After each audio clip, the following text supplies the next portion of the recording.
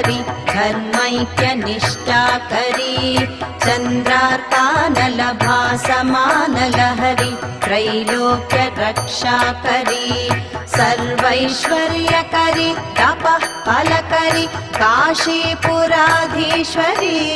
भिक्षां देहि कृपावलम्बनकरी माता अन्नपूर्णेश्वरी कैलासाचलकन्दरालयकरी गौरी हुमाशाङ्करी कौमारी निगमार्थगोचरकरी ओंकार बीजाक्षरी मोक्षद्वार कवाटपाटनकरी काशीपुराधीश्वरी